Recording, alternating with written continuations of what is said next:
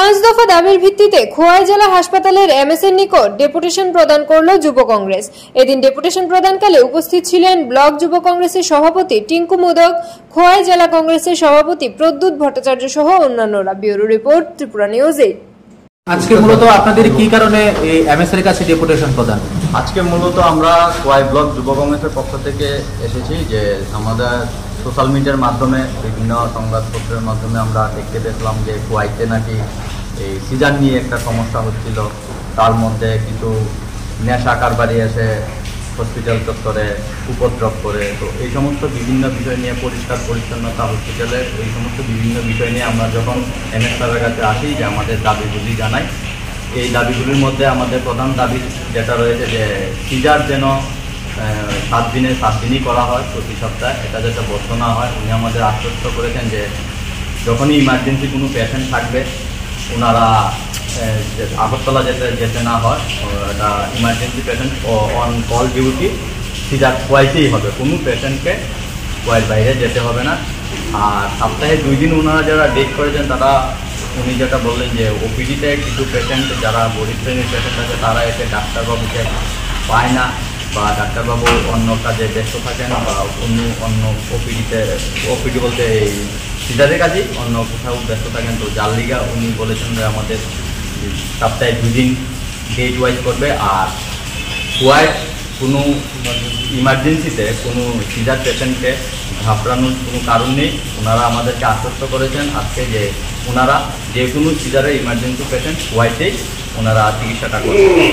আর খোয়াই হসপিটালের যে সিকিউরিটির বিষয়টা, দেখুন একটা কথা আপনাদেরকে বলি, ত্রিপুরা সহ রাজ্যে তো এখন দেশে ডাবল ইঞ্জিনের ট্রিপল সরকার, আর যেখানে আমাদের একজন ডাক্তারবাবু যিনি রাজ্যের মুখ্যমন্ত্রী, আমি ওনাকে উদ্দেশ্য করে এই কথাটা বলতে চাই একজন এই রাজ্যের নাগরিক হিসেবে যে আপনি তার একজন রাজ্যের মুখ্যমন্ত্রী, কিন্তু আমাদের খোয়াই জেলা খোয়াই ডিস্ট্রিক্ট হসপিটাল সর্বদাই বঞ্চিত।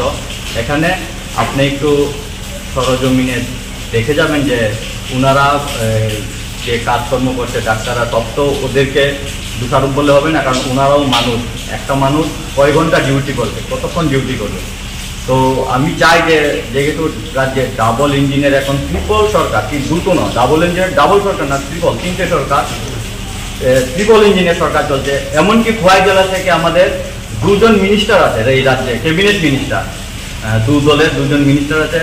ওনারা যে কী করছে বিধানসভাতে, আর আমাদের যিনি মুখ্যমন্ত্রী উনি স্বাস্থ্যমন্ত্রী প্লাস উনি একজন ডাক্তার হয়ে খোয়াই জেলাতে ডাক্তারের সংকট, 13 জন ডাক্তার দিয়ে খোয়াইতে এই একটা ডিস্ট্রিক্ট হসপিটাল, এটা নামকে বাঁচতে ডিস্ট্রিক্ট হসপিটাল, এটা মহকুমা হসপিটালের যোগ্য নয়। এই হসপিটালে কিভাবে ডাক্তাররা পরিষেবা, যেখানে ডাক্তার আমাদের অ্যাভেলেবল নেই, যেখানে আমাদের 20 থেকে 25 জন ডাক্তার দরকার, এখানে 13 জন ডাক্তার দিয়ে ওনারা কাজ করছে। ওনাদের যা প্রয়োজনীয়, সব থেকে বেশি ইম্পর্টেন্ট যেটা যে হাসপাতালের নিরাপত্তা, ডাক্তারদের নিরাপত্তা, ডাক্তাররা নিরাপত্তা পাবে, তাহলেই তো পেশেন্ট সুস্থ হবে, পেশেন্টের জন্য ভালো চিকিৎসার ব্যবস্থা হবে। এখন খোয়াই হাসপাতালের নিরাপত্তাই প্রশ্নের মুখে। কিছুদিন আগেও দেখলাম যে খোয়াই হাসপাতালে নাকি এখান থেকে কিছু ড্রাগস কারবারি, নেশা কারবারিদের অ্যারেস্ট করা হচ্ছে। তবে আমি খোয়াইবাসীর কাছে একটা আবেদন রাখবো, করজোরে আবেদন, যে হাসপাতালের ভিতরে এসে কোনো ডাক্তারের উপর আক্রমণ বা ইমার্জেন্সিতে কোনো হাসপাতালের স্টাফের উপর আক্রমণটা করবেন না, কারণ ওনাদেরও একটা বাধ্যবাধকতা থাকে, কারণ সিস্টেমটা পুরাটাই করো।